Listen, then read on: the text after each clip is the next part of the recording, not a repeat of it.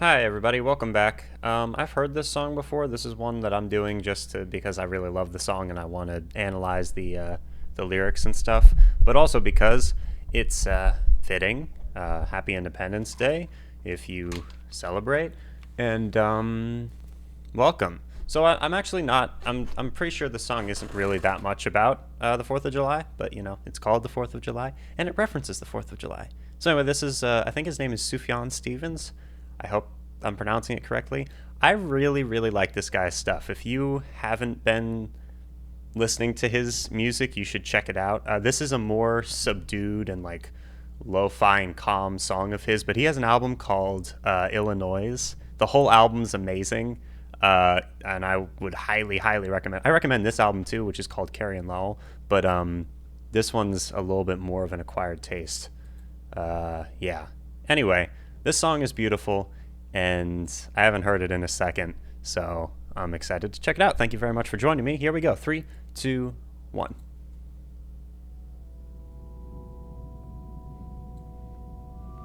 It's a really pretty song.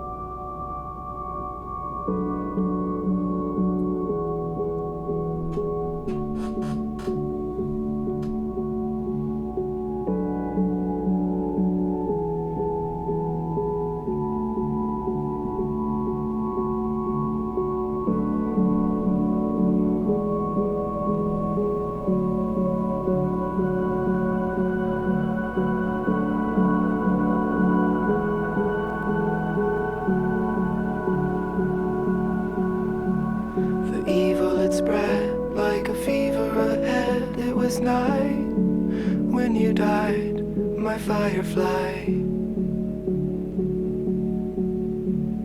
What could I have said to raise you from the dead? Oh, could I be the sky on the 4th of July? Well, you do enough talk, my little hawk. Why do you cry? Tell me, what did you learn from the Tillamook burn or the 4th of July? We're all gonna die.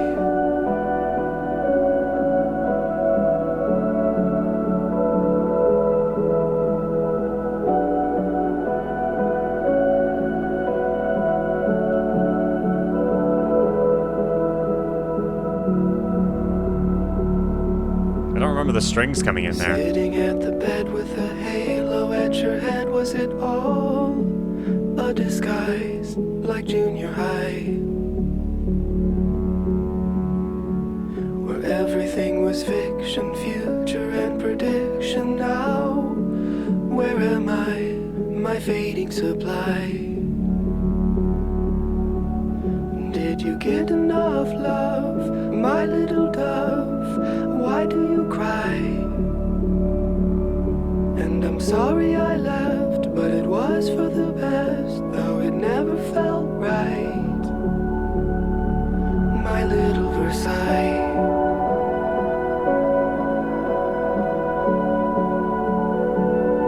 I don't want to pause it. It's such an atmospheric song. But really quick, I wanted to say this entire album is about his mother, who, if I'm not mistaken, he kind of like drifted away from as he got older, and then she passed away. And the entire album is him coming to terms with like the grief around it and kind of figuring out what their relationship was and remembering lots of different things about his mom and his childhood as well. It's a very like lyrically intense album, but musically it's very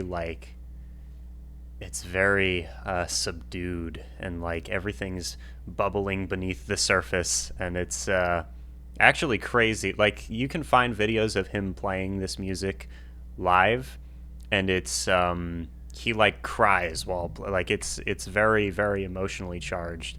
And yeah, the way this album sounds is super unique. This was my introduction to Steven's music.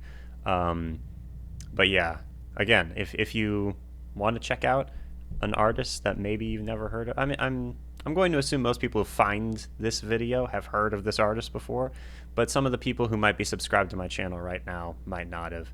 Highly, highly recommend the album Illinois. I think that's the name of it. If you type in his name and Illinois, the album should come up, and the whole thing's great. Anyway, let's keep going.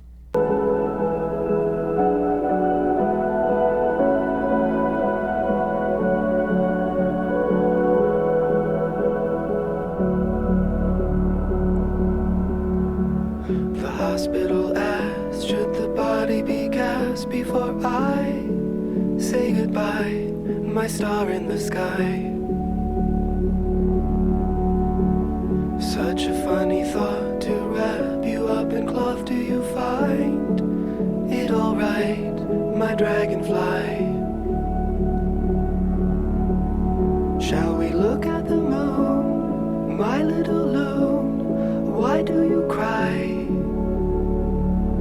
Make the most of your life while it is rife, while it is light. While you do enough talk, my little hawk, why do you cry? Tell me, what did you learn from the Tillamook burn or the 4th of July? We're all gonna die.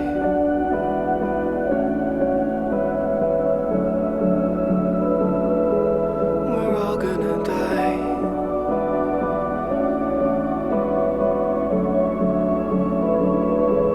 We're all gonna die.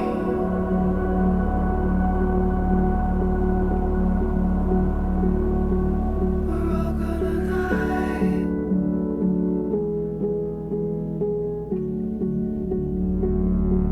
We're all gonna die.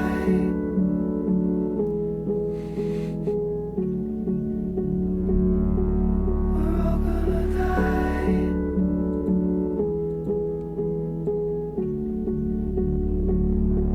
We're all gonna die.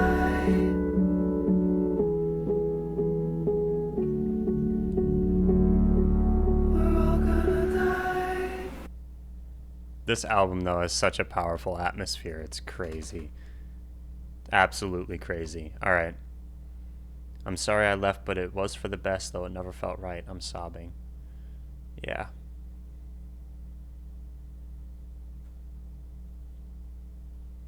There was a YouTuber who passed away recently, like a very short time ago, who I'd never really watched, but I've heard of him before. His name is Technoblade, and I believe he died from cancer, and he was super young. He's only a couple years older than I am, and he has like 10 million subscribers. Anyway, I'm assuming, judging from some of these comments, that he liked this song, because I will dedicate this song to Technoblade. His words saying goodbye and trying to comfort us is the most harmful and beautiful attitude at the same time, just like the story in the song.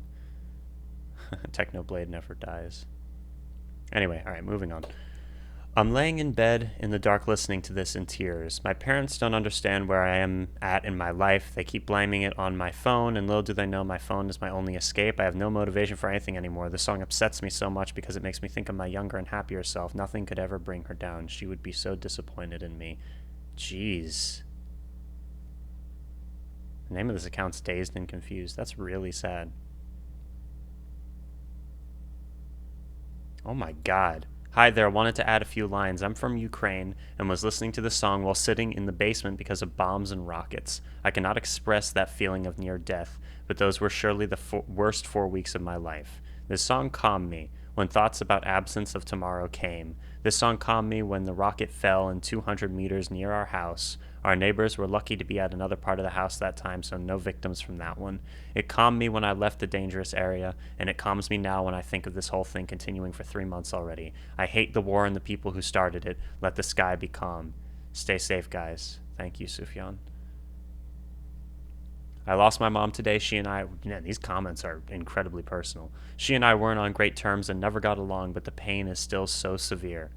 I wish I didn't hurt knowing she is gone, since all she ever did was bring me down and make me cry when we lived under the same roof.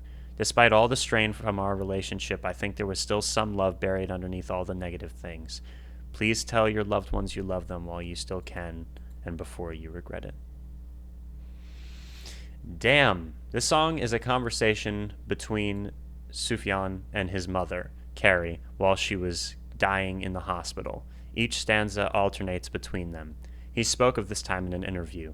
She had stomach cancer, and it was a quick demise. We flew to see her in the ICU before she died. She was in a lot of pain and on a lot of drugs, but she was aware. It was so terrifying to encounter death and have to reconcile that and express love for someone so unfamiliar. Her death was devastating to me because of the vacancy within me. At that point, I was only interested in communicating my love for her unconditionally. There was a reciprocal, deep love and care for each other in that moment. It was very profound and healing.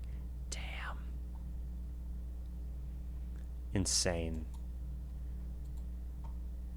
I know I've referenced the album Illinois a few times because that's my favorite album by him, but this one right here is incredibly like sad and super super heartfelt. So if you liked the song I just played, check out this whole album.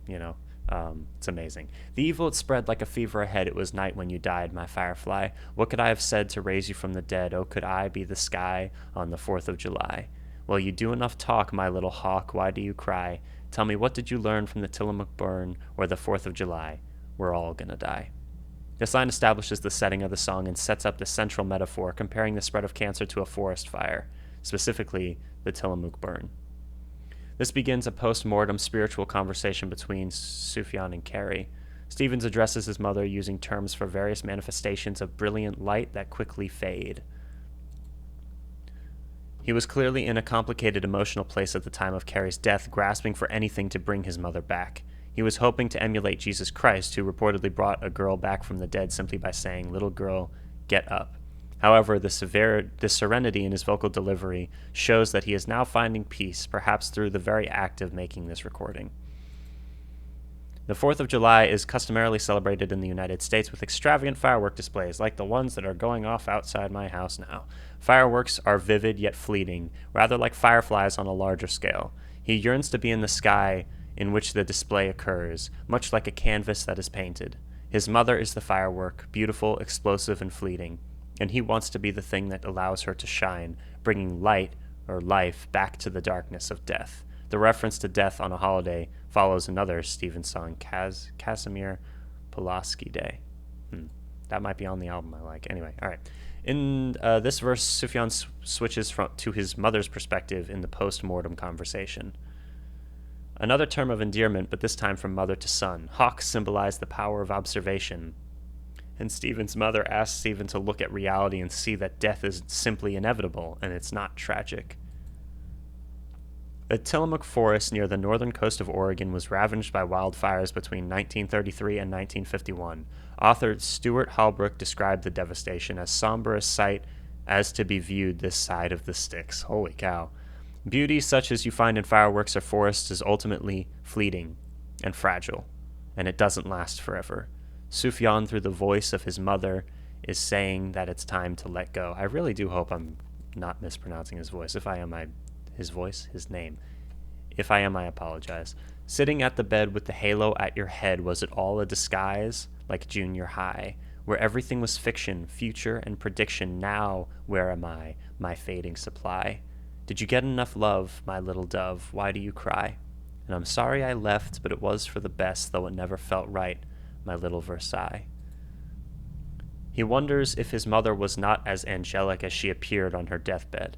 While he was told that Carrie was evidently a great mother, she was never around much as she suffered from depression, schizophrenia, and alcoholism. As a result, he had to construct a narrative and mythology around his mother. Here he likens her appearance to junior high, where you naively think that the decisions made there actually determine your future. He is as unsure about his mother's shortcomings as he was inexperienced in junior high. He is unsure where his story about his mother ends and the truth about her begins. In trying to make sense of her past, he wonders if he is overly critical and self-aware, jaded with perspective. He tires himself out with these introspective, unanswerable questions. This is his third mention of an animal that can fly, and the second bird. Once again, it seems that it's his mother speaking to him. Traditionally, the dove is a symbol of love and peace, and the little qualifier implies the fragility and affection his mother holds towards her son. With the possible reference to Hank Williams, it's also possible this is a reference to George Jones' song Running Bear. Running bear loved little white dove with a love big as the sky. Running bear loved little white dove with a love that couldn't die. Although his mother knows the answer to this question, she asks it in an effort to get him to express his feelings toward her. I'm sorry I left, but it was for the best, though it never felt right. Like mentioned above, his mother questions why he is crying. She's afraid that she is the cause for her son's tears. She knows she made the right decision leaving, but never felt good about putting her son in pain. The Palace of Versailles... Yeah. That palace is a royal chateau in France with long political and national history. It is now a museum and tourist attraction. Calling her son a little Versailles is... Versailles? His mother sees the abundance of artistry within her son, treasuring him. The hospital asked, should the body be cast before I say goodbye, my star in the sky? Such a funny thought to wrap you up in cloth. Do you find it all right, my dragonfly? Shall we look at the moon, my little loon? Why do you cry? Make the most of your life while it is rife, while it is light. Will you do enough talk, my little hawk? Why do you cry? Tell me, what did you learn from the Tillamook burn or the 4th of July? We're all gonna die. We're all gonna die. We're all gonna die. We're all gonna die. The live version of this song is amazing because he has a huge ensemble backing him. The music is there's so many layers when he plays anything live. And at the end of this song, they've got everyone kind of yelling, "We're all gonna die" at the same time, and it's crazy. And there's like a light show and all this other, it's nuts. Anyway, all right, the hospital asked. It's funny, the day you lose someone isn't the worst. At least you've got something to do. It's all the days they stay dead. That's from Doctor Who. Anyone who has conducted business with a funeral home knows how absurd and banal the process is of making morbid decisions about what to do with the body.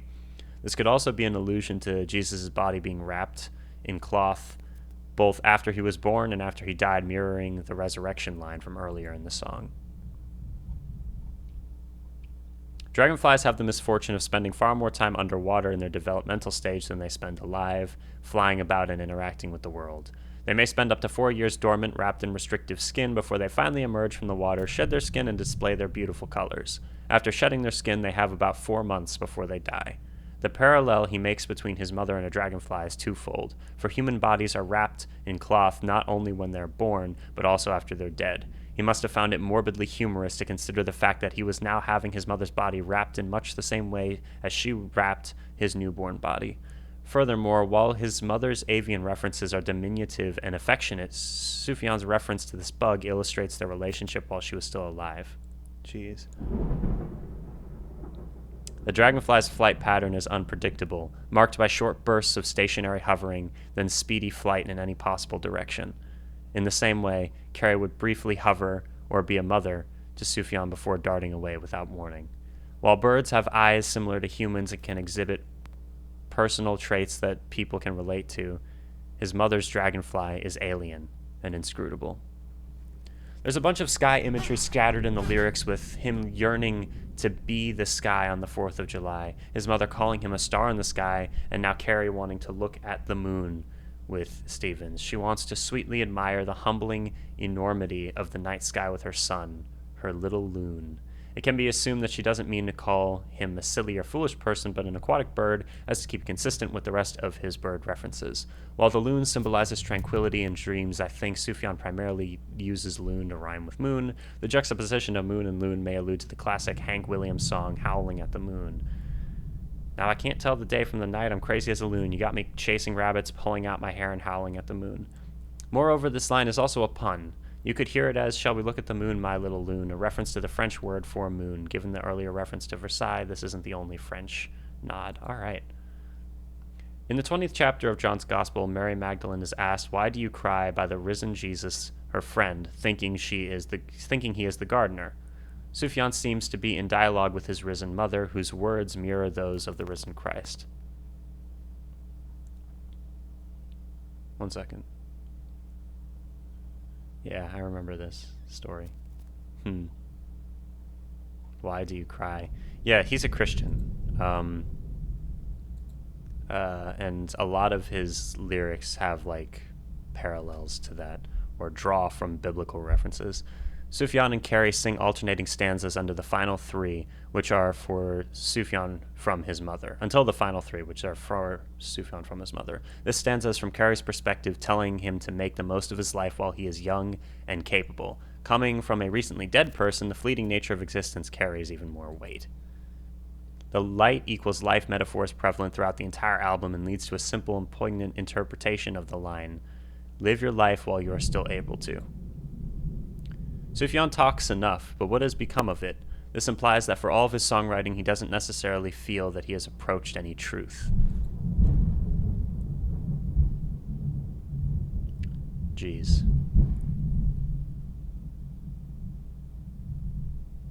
Wow, that almost felt like a minor earthquake. The whole room was shaking. And there's lots of flashing. Very, very legal. All right. It could be pointed out that after the Tillamook burn began the largest reforestation project of its kind. Apologies if that's way too loud. Now the forest is as green and beautiful as ever. You could even say it came back to life or was raised from the dead, a common theme in the song.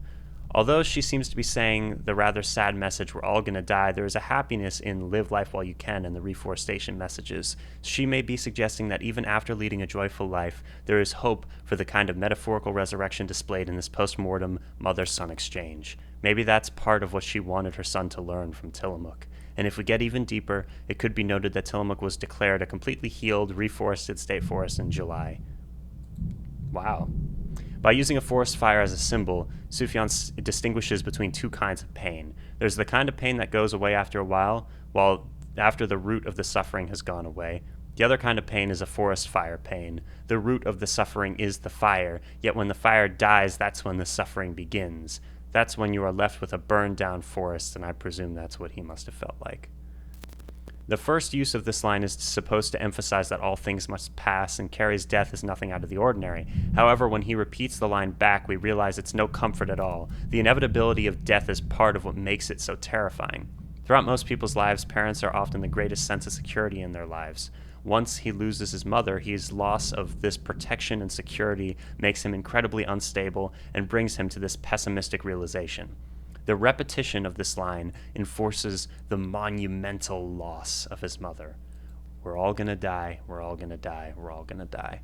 I saw Sufjan live at Vivid Festival in Sydney this year. In the live version, he sang this line way more than 7 times, over and over and over, while a dark, beautiful, ambient, shimmering tsunami of sound swelled and floodlights swept across the audience constantly, making it blindingly clear who was going to die. All of us. Me. Dozens and dozens of times it repeated. All the different meanings we might layer into this mighty fact, my mind and heart shuffled through them all. The philosophical, it's a part of life spiel broke apart as a terror rose, then an anger, then immense vulnerability, then love, then states of mind and heart I have no words for. Yeah, watch any of his live videos. He's really good at what he does. I link this to earlier line, you do enough talk, as if he's unable to make sense of it, and so returns to the bare bones of the matter, perhaps hoping to strip away all the narrative we put around this mighty mystery. I ended up with quite a profound sense of meaninglessness. Not the depressing it's all hopeless kind of thing, but a beautiful giving up of trying to come to some position on death. It was kind of an awe-tinged acceptance at the end of this dark passage where at times I'd felt hammered by the mantra, but the hammer broke apart my attempts to understand and left me at peace with the mystery. It was not only the best concert experience, it was one of the best experiences I've ever had, period.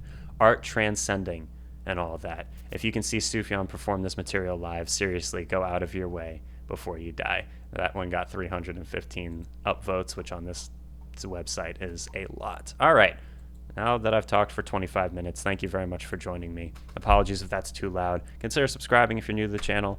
And, yeah. Make the most of your life while it is rife, while it is light. We're all gonna die.